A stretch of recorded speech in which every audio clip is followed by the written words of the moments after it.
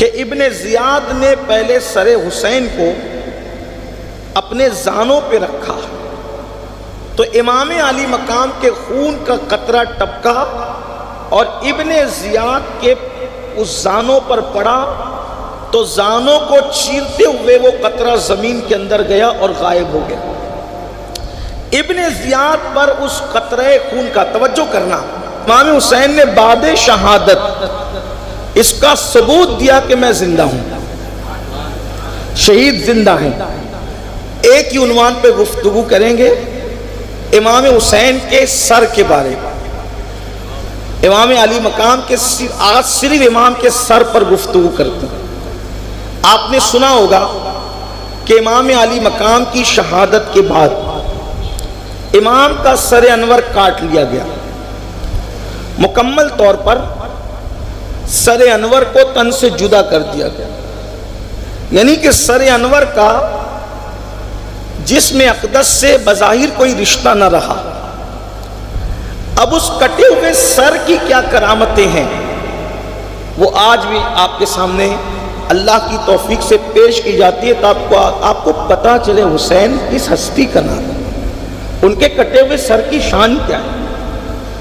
جب امام کا سر کاٹ لیا گیا اور بھی سارے کٹ گئے سر، تو ظالموں نے ان سروں کو نیزے پہ اٹھایا۔ اس سر کی خصوصیت یہ تھی کہ اس کا خون کبھی خشک نہیں ہوا، وہ خون ٹپکتا ہی رہا، اور وہ خون جہاں جہاں ٹپکا اس خون نے اپنی تاثیر دکھائی۔ جیسا کہ ایک روایت ہے کہ ابن زیاد نے پہلے سر حسین کو اپنے زانوں پہ رکھا تو امام علی مقام کے خون کا قطرہ ٹپکا اور ابن زیاد کے اس زانوں پر پڑا تو زانوں کو چیرتے ہوئے وہ قطرہ زمین کے اندر گیا اور غائب ہو گیا۔ ابن زیاد پر اس قطرے خون کا توجہ کرنا، یوں بیان کرتے ہیں سنی، یوں بیان کرتے ہیں سنی، داستان اہل بیت خون حسین کا ایک قطرہ ابن زیاد کی مانڈی کو زانوں کو چیرتے ہوئے زمین میں گرا اور زمین میں جا کر کے وہ نظروں سے اوجھل ہو گیا۔ قطرے کا اثر یہ تھا کہ اس کے پیر میں سوراخ ہو گیا۔ جب تک ابن زیاد زندہ رہا وہ اس کے لیے ناسور بنا، اس میں کیڑے پڑے اور اس کی طرف سے وہ ہمیشہ بے چین اور بے قرار رہتا۔ گویا کہ کٹا ہوا سر حسین بتا رہا ہے ابن زیاد کیا سمجھتا ہے کہ تو سر کاٹ کے جیت گیا، اب بھی حسین کے خون میں اتنی طاقت ہے کہ ایک قطرہ حسین تجھے ساری زندگی تڑپا سکتا ہے۔ حسین نے مقابلہ نہیں کیا، حسین نے تو وعدے کو وفا کیا۔ اگر حسین مقابلہ کرنے پر آتے تو 22,000 کا لشکر کیا پوری دنیا کے یزیدیوں کو لیے تنہا حسین کافی تھے۔ امام علی مقام کا سر نیزے پہ اٹھایا گیا، اس سر کی کرامت اب دیکھیں۔ اب نیزے پر سر انور چل رہا ہے۔ اہل سنت کی کتب میں نیزے پہ انہوں نے سر اٹھایا وہ تو دشمنی سے اٹھایا، لیکن دشمن کچھ بھی کرے دوستوں کا بھی تو کوئی حق ہوتا ہے۔ ہارنے والے کا سر ہمیشہ نیچے ہوتا ہے اور جیتنے والے کا سر ہمیشہ اوپر ہوتا ہے۔ قدرت نے ان کی عقلوں کو ایسے اندھا کر دیا تھا، خدا جب دین لیتا ہے تو عقلیں چھین لیتا ہے، کہ حسین پاک کو شہید کر کے بھی وہ نیزے پہ اٹھا رہے تھے بغض میں، مگر حسین کا سر اشارہ دے رہا تھا کٹ کے بھی میں دشمنوں سے بلند ہوں، اب بھی یہ میرے مقابلے پر نہیں ہے۔ سر حسین آگے آگے چل رہا ہے، پیچھے پیچھے قافلہ چل رہا ہے۔ قافلے کے بارے میں آپ نے محرم شریف کی جو 10 دنوں کی محفل ہوتی ہے اس میں جو ہمارے خطبہ علماء بیان کرتے ہیں تو آپ نے سنا ہوگا کہ سید زادیوں کی سیدانیوں کے ہاتھوں میں رسیاں تھیں، ان کے ہاتھوں کو باندھ دیا گیا۔ جو میں روایت پڑھ رہا ہوں استاد زمن علامہ حسن بریلوی سے صد الافاضل فخر الاماثل سید نعیم الدین مراد آبادی سے یہ کہ ان کے ہاتھوں کو باندھا گیا، ان کے پیروں میں بیڑیاں ڈالی گئی اور اونٹوں کی ننگی پیٹھ پر سیدانیوں کو سوار کیا گیا، اس حالت میں کہ ان کے دوپٹے ان سے چھین لیے گئے۔ یہ آپ نے سنا ہوگا، میں نے پڑھ دیا آپ کے سامنے۔ لیکن اب دوسری جو روایت آپ کے سامنے پڑھ رہا ہوں یہ بھی آپ نے سنا ہوگا کہ امام زین العابدین کی گردن میں طوق تھا، ہاتھوں میں ہتھکڑیاں تھی، پیروں میں بیڑیاں تھی، کئی دن کے بیمار تھے، بھوکے تھے، پیاسے تھے، اور وہ سواریوں کی نکیل سید سجاد عابد بیمار کے ہاتھ میں تھی۔ یہ بھی لوگوں نے دیکھا کہ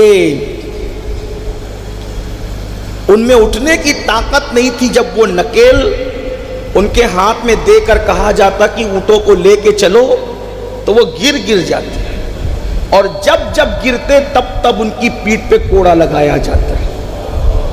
حضرت پیر نصیر الدین نصیر نے بڑی اچھی عکاسی کی، کہتے ہیں نصیر عداوت کے بھی کچھ آداب ہوتے ہیں،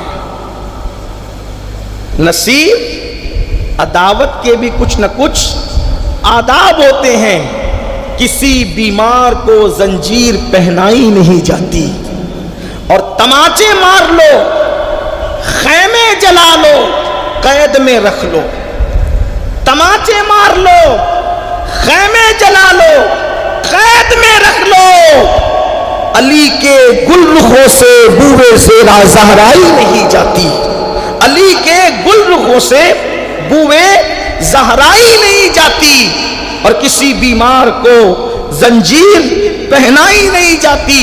امام زین العابدین ہاتھ میں ہتھکڑیاں، پیروں میں بیڑیاں، گلے میں طوق، اور چلنے کی کوشش کرتے ہیں تو گرتے ہیں، کیسے چلے یہ سید سجاد جانے۔ سر حسین کی بات کرنی ہے، امام علی مقام کا سر آگے آگے نیزے پر، پیچھے پیچھے قافلہ۔ اچانک جس کے ہاتھ میں نیزہ تھا، جس پہ امام علی مقام کا سر تھا، وہ نیزہ گرا اور زمین پہ گڑ گیا۔ وہ نیزہ گرا، سر حسین کی کرامت، امام علی مقام امام حسین کے سر کی کرامت، وہ نیزہ گرا اور زمین پہ گڑ گیا۔ اور جب لوگ اس کو اٹھاتے تھے تو لوگ سمجھتے تھے کہ اتفاق ہے کہ اٹھانے والے کی غفلت اور کمزوری سے نیزہ زمین پہ آ گیا، زمین میں گڑ گیا۔ اب اٹھاتے ہیں، مل کے اٹھاتے ہیں، نیزہ ہلنے کے لیے تیار نہیں۔ شمر کی قیادت میں وہ قافلہ جا رہا تھا، لوگوں نے کہا شمر، یہ جس نیزے پر امام علی مقام کا سر ہے یہ نیزہ اٹھتا نہیں، کیا کریں؟ شمر کی ہمت نہیں ہوئی کہ امام علی مقام کے سر انور کے قریب جائے۔ وہ آیا سیدھا سید سجاد امام زین العابدین کے پاس، اور آنے کے بعد کہا علی ابن حسین، تیرا باپ آگے بڑھنے کے لیے تیار نہیں ہے، تیرے باپ سے بول کہ وہ آگے بڑھے، اور اگر وہ آگے نہ بڑھا تو میں تجھے اتنی تکلیف دوں گا کہ تیرے باپ کی روح کانپ جائے گی، جلدی سے تیرے باپ سے بول کہ وہ آگے بڑھے۔ امام زین العابدین نے فرمایا شمر، میرے بابا اگر رکے ہیں تو یوں ہی نہیں رکے، اس کی کوئی نہ کوئی وجہ ہوگی۔ کہا کیا وجہ ہے؟ تو کہا قافلے کے افراد گنو، کہیں کوئی قافلے میں کم تو نہیں ہو گیا؟ تو جب قافلے کے افراد پہ نظر ڈالی گئی تو سب قافلے میں موجود تھے، لیکن شہزادی سکینہ جس سواری پر سوار تھی وہ سواری، وہ اونٹنی خالی تھی۔ تو کہا کہ وہ جو چھوٹی بچی تھی وہ نہیں ہے۔ تو امام زین العابدین نے فرمایا میری پھوپھی امی کی رسی کھول دو، ان کی بیڑیاں کھول دو، اور ان سے کہیں کہ وہ میری بہن کو ڈھونڈے۔ پھوپھی امی ڈھونڈ سکتی ہے میری بہن کو۔ سیدہ زینب پاک کی رسیاں کھولی گئی، جدھر سے قافلہ آ رہا تھا ادھر ہی پیچھے پیچھے چلتے ہوئے سیدہ زینب پاک گئی، آواز لگائی سکینہ، او سکینہ، سکینہ تم کہاں ہو؟ اس طرح بولتی جاتی، آگے بڑھتی جاتی، روتی جاتی ہے، آنکھوں میں آنسو ہے، سسکیاں لے رہی ہے، کیا منہ دکھاؤں گی مدینے جاؤں گی مدینہ منورہ نانا کو کہ حسین نے مجھے وصیت کی تھی کہ میری امانتوں کو صحیح سلامت گھر تک پہنچانا، نانا کی چوکھٹ تک پہنچانا۔